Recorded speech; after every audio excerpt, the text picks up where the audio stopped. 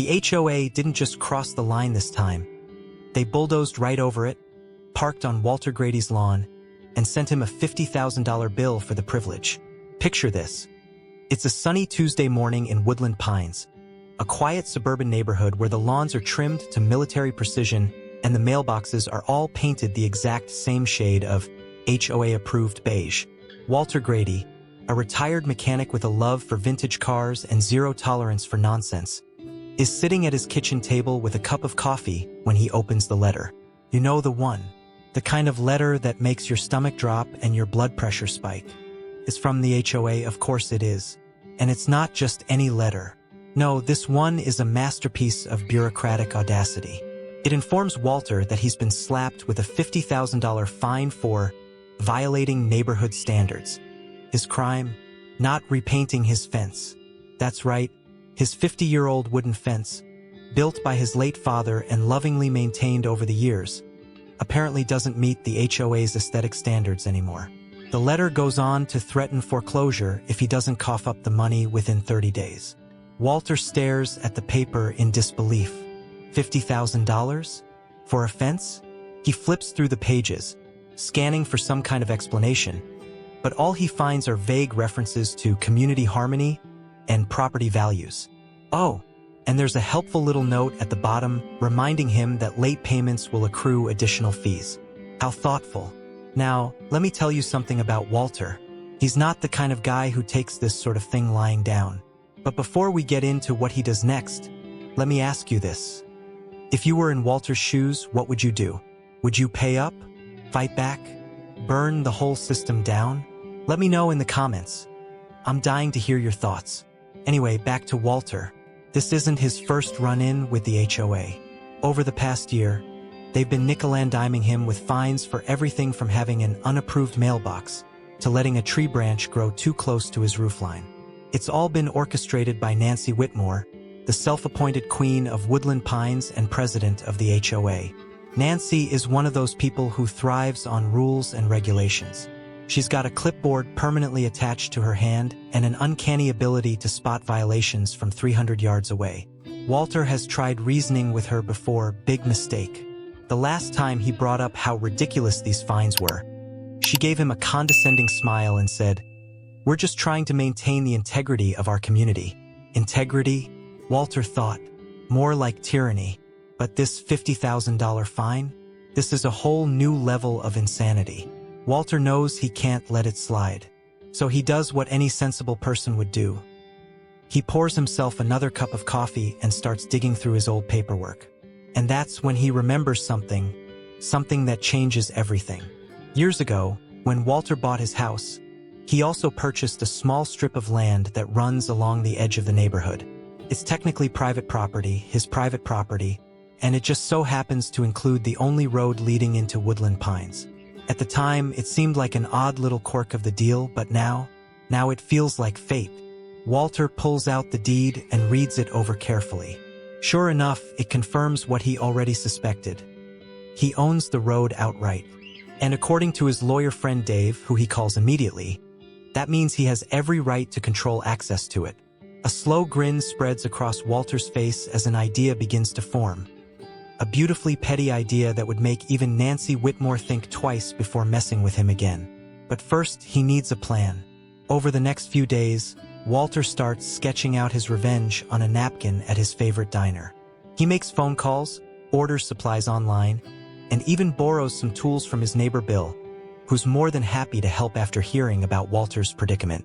By the time Saturday rolls around, Walter is ready to put his plan into action. And let me tell you, it's brilliant. But I'll save that part for later because right now I want to hear from you. Have you ever dealt with an HOA? What's the most ridiculous rule or fine you've ever encountered? Drop your stories in the comments. I need to know I'm not alone in thinking these people are out of their minds. Alright, back to Walter.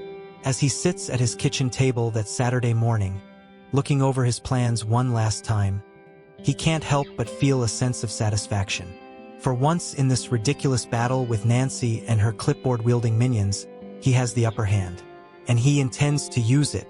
Because here's the thing about Walter. He may be retired, but he's not tired. Not when it comes to standing up for what's right. And if Nancy Whitmore thinks she can push him around with her petty fines and power trips, well, she's got another thing coming. Walter's plan is about to unfold, and trust me, it's going to be glorious. Walter didn't waste any time. Once he confirmed he owned the road, it was game on. First stop, his lawyer friend Dave's office. Now, Dave isn't your typical lawyer. He's the kind of guy who wears Hawaiian shirts to court and keeps a mini fridge stocked with craft beer in his office. But when it comes to legal loopholes and property rights, Dave is a genius. "Let me get this straight," Dave said, leaning back in his chair and grinning like a kid who just found out recess got extended. "You own the only road into Woodland Pines?" Walter nodded, sliding the deed across the desk. "That's right, and I want to use it." Dave skimmed the document, chuckling under his breath. "Oh, this is good. This is really good. You've got every right to restrict access, as long as you're not violating any local traffic laws or safety regulations. You sure you want to do this?" Walter leaned forward, his voice steady. "Dave, they sent me a $50,000 fine for a fence that doesn't even face the street. They've been harassing me for months. It's time someone reminded them they don't run the world." Dave raised his beer in salute. To petty revenge done legally. With Dave's blessing and a few helpful tips on liability waivers, Walter spent the next few days preparing for what could only be described as an act of suburban warfare. He ordered supplies online, cones, signs, reflective tape, and borrowed tools from his neighbor Bill, who was more than happy to pitch in after hearing about Walter's plan. "You're a hero," Bill said, handing over a cordless drill. "I've been waiting for someone to take Nancy down a peg."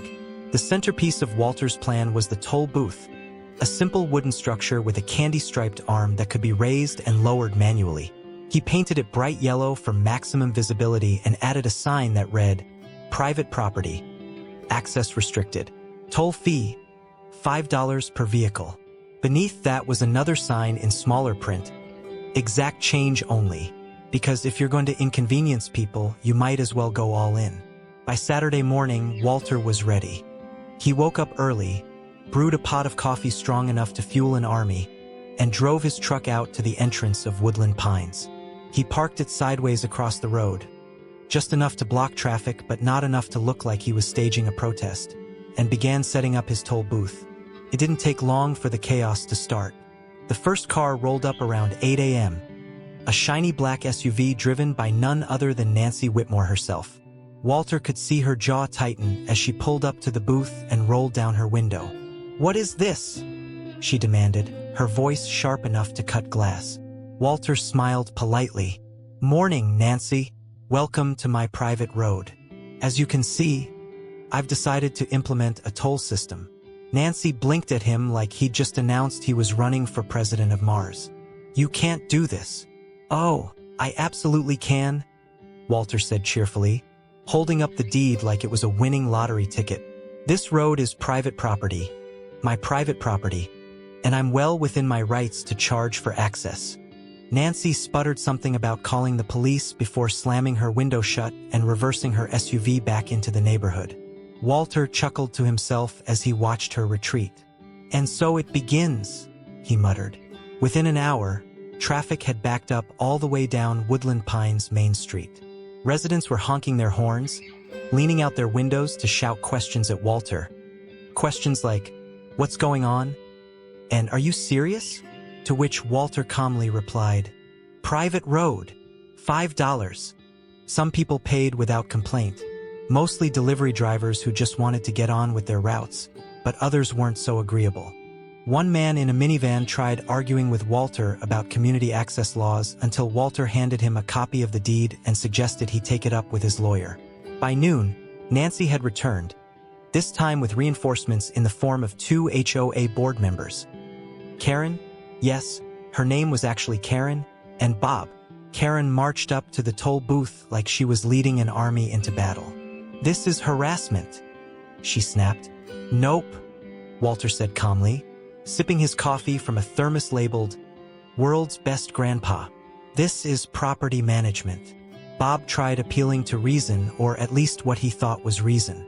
"Walter," he said in his best soothing voice, "you're disrupting the community. Walter raised an eyebrow at him. Disrupting? Bob, your HOA sent me a $50,000 fine for not painting my fence beige. Bob opened his mouth but closed it again when Karen shot him a look that could have melted steel. Nancy stepped forward then, her clipboard clutched tightly in one hand like it was some kind of magical talisman that could make this whole situation disappear. "We'll take legal action," she said through gritted teeth. Walter shrugged. "Go ahead. But just so we're clear, you'll be suing me over my legal right to manage my own property." Nancy stared at him for a long moment before turning on her heel and stalking back toward her SUV. By late afternoon, word had spread throughout Woodland Pines about Walter's toll booth escapade, and opinions were divided. Some residents were furious at being inconvenienced. Others were quietly cheering him on from their front porches. One neighbor even brought him lunch, a homemade sandwich wrapped neatly in foil, and whispered, "I hope you bankrupt them." As Walter sat in his toll booth munching on his sandwich and watching cars inch forward in line like they were waiting for Black Friday deals at Walmart, he couldn't help but feel satisfied. For once in this ridiculous battle with Nancy Whitmore and her clipboard-wielding minions, he had control, and honestly, felt pretty damn good. Walter's toll booth is causing chaos, and things are about to escalate in the most hilariously petty way possible. By Sunday morning, Walter's toll booth had officially become the talk of Woodland Pines. The neighborhood Facebook group was on fire with posts ranging from, "Can he even do this?" to, "Honestly, I think he's a genius." Some residents were furious, demanding immediate action from the HOA.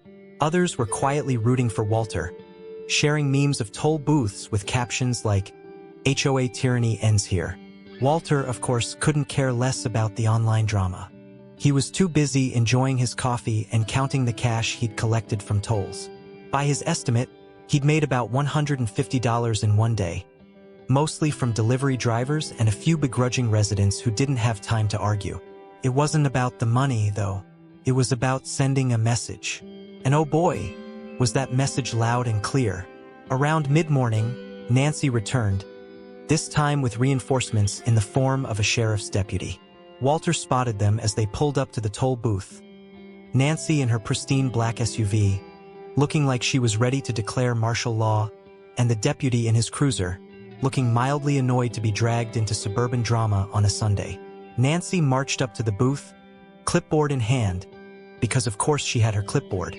"Walter," she said sharply, "this has gone far enough." Walter leaned back in his chair and took a sip of coffee. "Morning, Nancy. Back so soon." The deputy cleared his throat and stepped forward. "Mr. Grady," he said in a tone that suggested he'd rather be anywhere else, "we've received complaints about this toll booth blocking access to the neighborhood." Walter nodded. "I'm sure you have. But as you can see," he gestured to the deed sitting on the counter, "this road is private property. I own it outright." The deputy glanced at the deed and frowned. "You're saying you have legal documentation proving this road belongs to you?" "That's exactly what I'm saying," Walter replied cheerfully. "And my lawyer confirmed it." Nancy made a noise that sounded suspiciously like a growl. "This is ridiculous. You're disrupting the entire community." Walter raised an eyebrow at her. "Disrupting? Nancy, your HOA has been disrupting me for months with fines for things like mailbox colors and fence paint. I'm just returning the favor." The deputy sighed and rubbed his temples. He clearly hadn't signed up for this kind of nonsense when he joined the force. "Look," he said finally, "as long as you're not violating any local laws or creating a safety hazard, there's not much I can do here." Nancy's jaw dropped. "What? You can't be serious." The deputy shrugged. "It's private property. If he owns it and he's not breaking any laws, it's his right to manage access." Walter grinned at Nancy like a cat who just caught a particularly slow mouse. "Thanks for stopping by," he said to the deputy before turning back to Nancy. "Anything else I can help you with today?" Nancy stormed off without another word, her heels clicking angrily on the pavement as she climbed back into her SUV and sped away. But Walter wasn't done yet. By Monday morning, Walter decided it was time to take things up a notch. Not because he needed to, but because he could. He added new signs to the toll booth, no HOA discounts, and violators will be towed. He even installed a small security camera on top of the booth, mostly for show but also because it made him look more official. The residents of Woodland Pines were losing their minds. Traffic backed up during rush hour as people argued over whether they should pay or turn around and call an Uber instead. One woman tried driving around the toll booth but got stuck in a ditch when she misjudged the angle of her turn. Walter helped her out. He wasn't heartless, but still charged her $5 for road access afterward. Meanwhile, Nancy was scrambling to regain control of the situation. She called an emergency HOA meeting at her house Monday evening, inviting every board member and half the neighborhood to discuss what she called the crisis at Woodland Pines entrance. The meeting quickly devolved into chaos. Karen suggested suing Walter outright, a plan that fell apart when Dave, Walter's lawyer friend, showed up uninvited with copies of the deed and legal precedents supporting Walter's actions. Bob tried proposing a compromise. Maybe we could negotiate with him? Offer to waive some fines if he takes down the booth.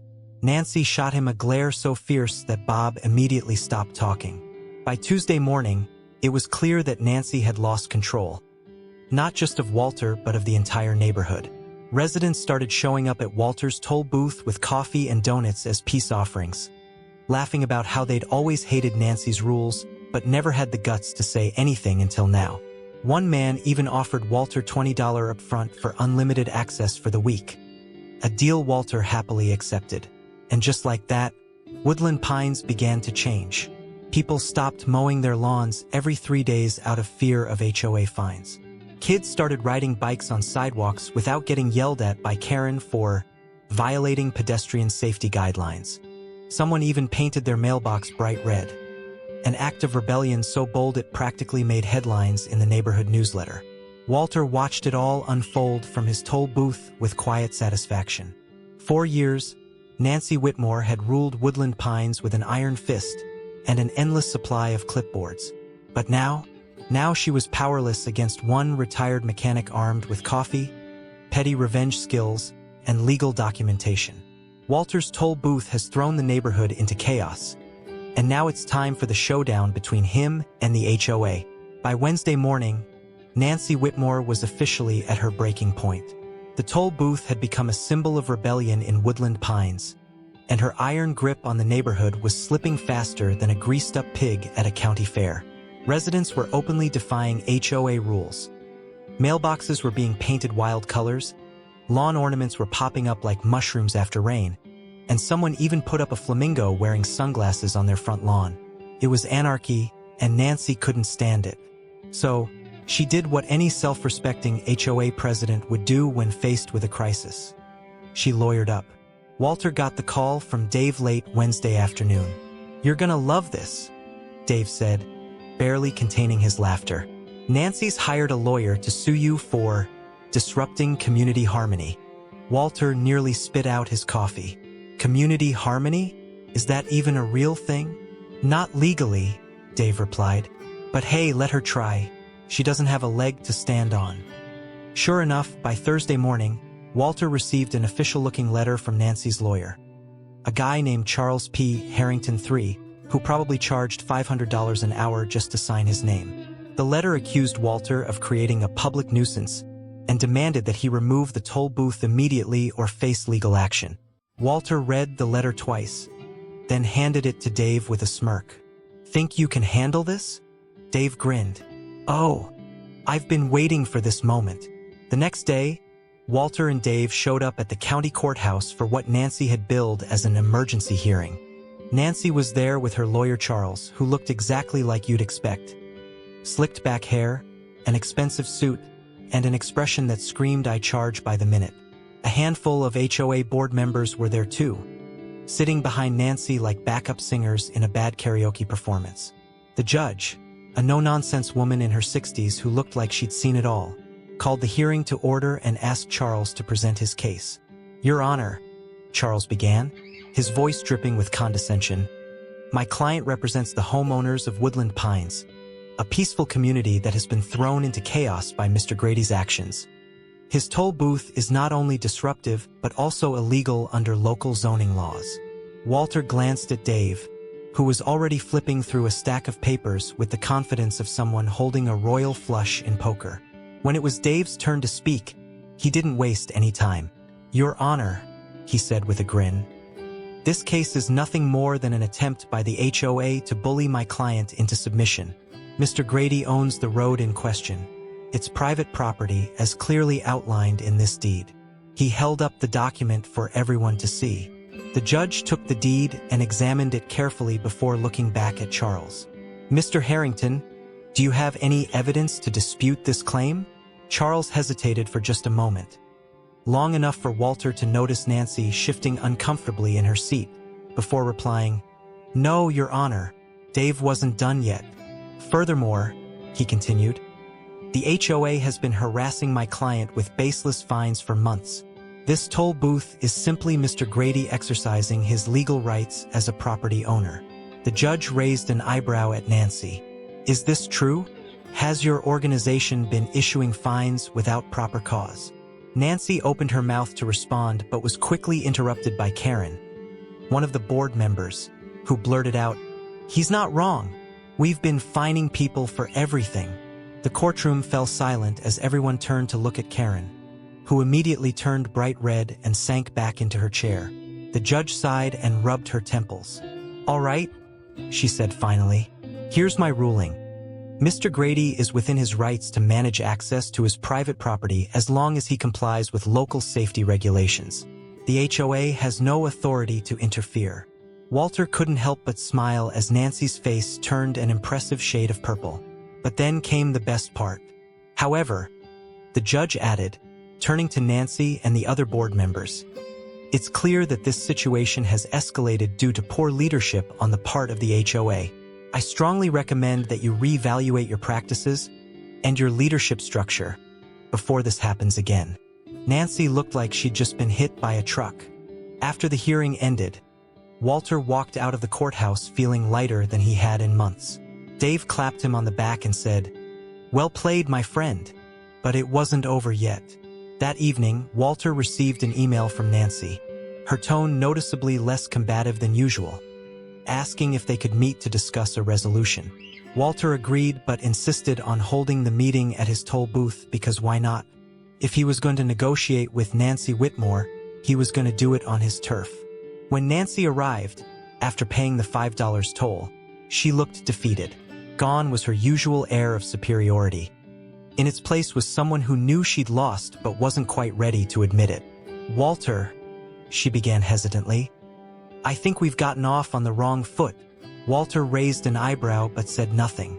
"I'm willing to drop all fines against you," she continued quickly, "if you agree to take down the toll booth." Walter pretended to think about it for a moment before replying, "I'll make you a counteroffer. You drop everyone's fines, not just mine, and step down as HOA president." Nancy's jaw dropped. "Step down? You can't be serious." "Oh, I'm dead serious," Walter said calmly. "This neighborhood deserves better than your clipboard dictatorship." For what felt like an eternity, Nancy just stared at him. Finally, reluctantly, she nodded. "Fine." And just like that, it was over. By Saturday morning, Nancy had announced her resignation in an email to all residents of Woodland Pines. The fines were canceled, and plans were underway to dissolve the current HOA board entirely. As for Walter, he kept the toll booth up for one more day, just long enough for everyone in Woodland Pines to drive by and see what happens when you stand up to tyranny with nothing but a deed and some good old-fashioned stubbornness. Walter's revenge is complete, but there's still plenty of humor and satisfaction to go around. By the time Saturday rolled around, Woodland Pines felt like a completely different neighborhood. Nancy Whitmore had officially stepped down as HOA president, and her resignation email, sent out at 6 a.m., was the talk of every front porch and group chat in the community. It was short, formal, and completely devoid of her usual passive-aggressive tone. She didn't even sign it with her trademark, "Yours in community harmony." That's when everyone knew she was truly done. Walter, of course, was enjoying his victory from the comfort of his toll booth. He'd decided to keep it up for one last day, not because he needed to, but because it felt symbolic. Residents drove by all morning, honking their horns and waving as if he were some kind of suburban folk hero. One guy even brought him a six-pack of beer as a thank you gift. "You're a legend," he said, handing over the drinks. "I've been waiting for years to see someone take her down." Walter smiled and tipped his hat. "Glad I could help, but the best part? Nancy herself had to drive through the toll booth one last time on her way out of the neighborhood. Rumor had it she was moving, packing up her clipboards and fleeing Woodland Pines under the cover of dawn. When her black SUV pulled up to the booth, Walter couldn't resist one final jab. "Morning, Nancy," he said cheerfully. "That'll be $5. Nancy glared at him through the window but didn't say a word. She handed over a crumpled $5 bill with all the grace of someone surrendering in battle, then sped off without looking back. Walter watched her go, shaking his head in amusement. And just like that, he muttered to himself, "Peace is restored." With Nancy gone and the HOA effectively dismantled, life in Woodland Pines began to take on a new rhythm, one that didn't involve constant surveillance or petty fines. People started putting up decorations that actually reflected their personalities instead of sticking to HOA-approved guidelines. Kids played basketball in driveways without fear of getting written up for noise violations. Someone even painted their house bright turquoise just because they could. And you know what? The world didn't end. Walter became something of a local celebrity after the whole ordeal. Neighbors would stop him on the street to shake his hand or thank him for standing up to the HOA. A few people even suggested he run for mayor. Not that Woodland Pines had a mayor, but still, it was the thought that counted. One afternoon, as Walter was working on his vintage Mustang in the driveway, Bill from next door wandered over with a grin on his face. "Hey," Bill said, leaning against the fence that had started this whole mess. "You hear about Nancy?" Walter wiped his hands on a rag and raised an eyebrow. "What about her?" "She moved into that new development across town," Bill said, barely able to contain his laughter. "You know, the one with an even stricter HOA?" Walter stared at him for a moment before bursting out laughing. The irony was almost too perfect. "Serves her right," Walter said finally, shaking his head. "Maybe she'll find her true calling over there."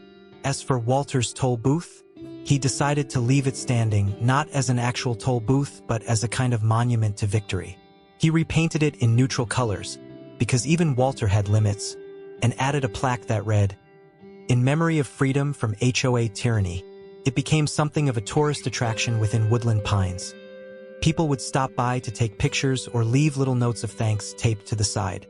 One day, Walter found himself sitting on his front porch with Dave, who'd stopped by for a beer and some good old-fashioned gloating. "You know," Dave said between sips, "I've handled a lot of cases in my career. Divorces, property disputes, you name it. But this might be my favorite." Walter chuckled. "Glad I could make your job interesting." They sat in comfortable silence for a while, watching as kids rode their bikes down the street and neighbors waved hello from their yards. "You did good here," Dave said after a while. "You reminded people that they don't have to put up with nonsense just because someone says they should." Walter nodded thoughtfully. "Yeah. But mostly I just wanted Nancy to stop sending me letters." Dave laughed so hard he nearly spilled his beer. As life returned to normal, or at least as normal as it could be after something like this, Walter couldn't help but feel proud of what he'd accomplished. Sure, it had started as a petty act of revenge against an overbearing HOA president, but it had turned into something bigger. A reminder that sometimes standing up for yourself means standing up for everyone else too. And honestly, that felt pretty damn good. So here's the moral of the story. If you ever find yourself dealing with an HOA that's gone off the rails, whether it's over mailbox colors or lawn ornaments or fences that don't meet their arbitrary standards, remember Walter Grady and his toll booth. Remember that you have rights as a homeowner and that sometimes all it takes is a little creativity and maybe some legal advice to fight back. And if all else fails, well, you could always build a toll booth. Now before you go, I want to hear from you. Have you ever dealt with an HOA nightmare? What's the most ridiculous rule or fine you've ever encountered? Drop your stories in the comments. I love reading them. And hey, if you enjoyed this tale of suburban rebellion and sweet revenge, don't forget to like this video, Share it with your friends who hate HOAs as much as we do, and subscribe for more stories like this one. Thanks for sticking around till the end, and remember, when life gives you HOAs, build a toll booth.